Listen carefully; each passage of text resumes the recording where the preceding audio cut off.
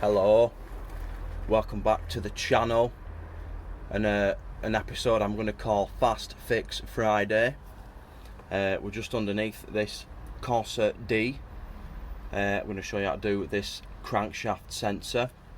That's the Z10 XEP engine, but it's the same position on the 1.2, the Z12XE and XEP, and the Z14 XE and XEP, most common in Corsas, but they're in some Astras, Aguilas, Marivas I think, have the 1.4, and then the Suzuki Wagon-R has actually got, I think they do a 1 litre as well, 3-cylinder, but anyway, that's beside the point. Let's show you how to do this. Right, so you need to be underneath. You can do it on the floor, it's a bit awkward, but we'll manage. And it's just here, if it'll focus. Yeah, so this is an E10 I think, but you can get just an 8mm socket on it. So you need to push the tab on the connector and pull it off like that. It's actually got a bit of oil in it perhaps, well that's a good sign, because we were getting a crankshaft fault code. Now I'm just replacing this as a matter of course, because the price of them and the time it takes, it's not worth not doing. At least it eliminates the sensor being the fault. But obviously to diagnose it properly you would use some sort of scope, check the waveform on the screen, but I've not got any access to that, so we're just winging it basically. So I've got my 8mm. I do need a bit of an extension there, look, and then a 1/4 drive ratchet. Now this is going to be awkward one-handed, but we'll muddle through. We'll just crack it off like that. Just better get it with fingers now.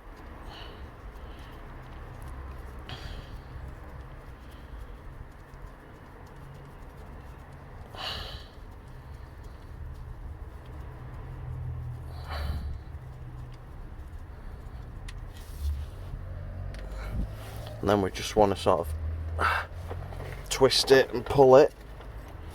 They can be quite tight, and worst case we'll have to get a screwdriver and try and prise it off, which I think is what I'm going to have to do.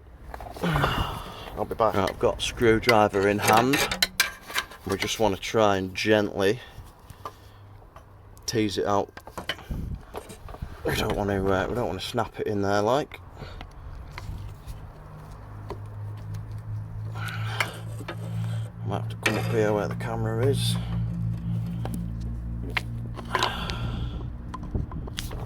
We can get it. Oh, there we are. If we can get it turning like that, break the seal, so to speak, in theory, we should be able to manoeuvre it out. Come on, don't make me look silly.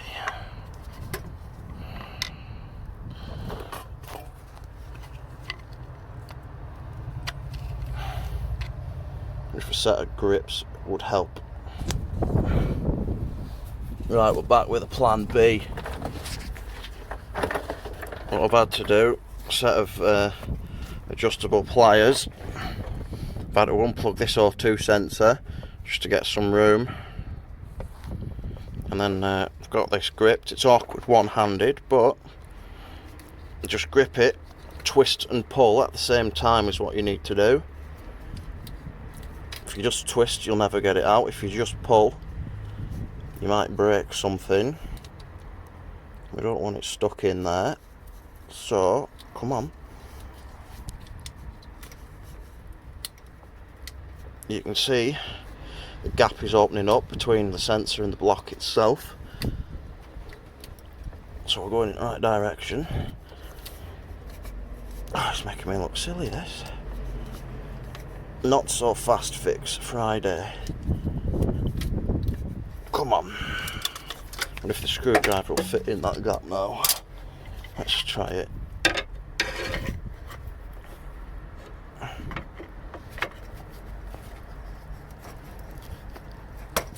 Okay, now. And that's something you don't want to do. Just ping that off there, nearly into my face. So it's going to have to be pliers, and I've got a bit of WD-40 here just to help hopefully ease it out.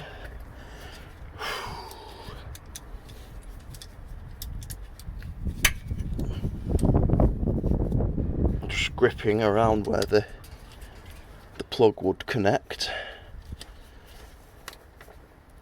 And then, this is a tight one. Come on.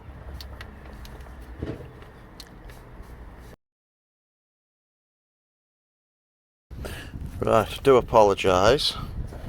If I'd known it was going to be this much of a ball ache, I wouldn't have started videoing it.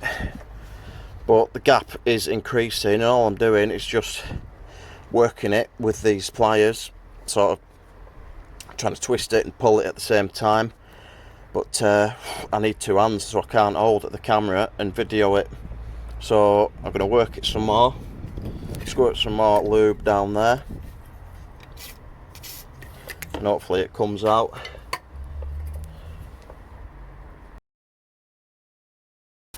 Hello, it's me again.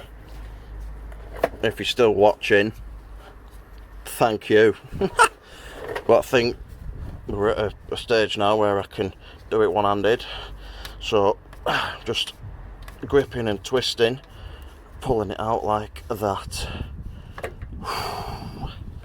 Shit. There we go. Might have been easier on a lift. But yeah, keep the state of that now. And then we just compare it with the new one, make sure it's similar length, which I think it is. Check the multi-plug will go on before you bolt it in position. And then the other thing to do, you might notice this one's got an O-ring on. This one, it's still stuck in the block, so make sure you fish that O-ring out before you put the new sensor in. Right, and hopefully this will go in easier than the other one that came out. Jeez.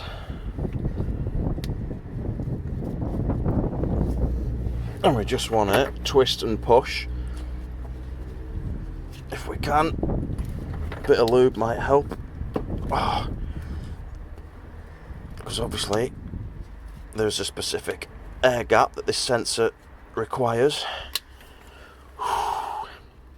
And if it hasn't got it, obviously it won't be able to detect the position of the crank correctly, and therefore you probably won't be able to start the engine.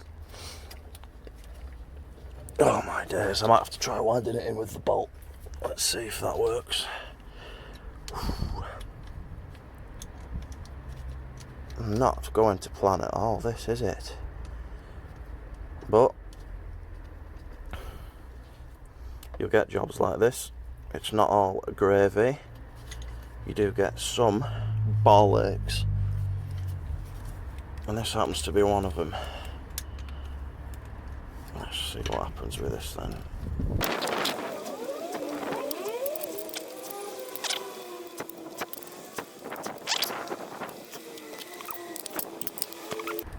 Alright then, plug it in.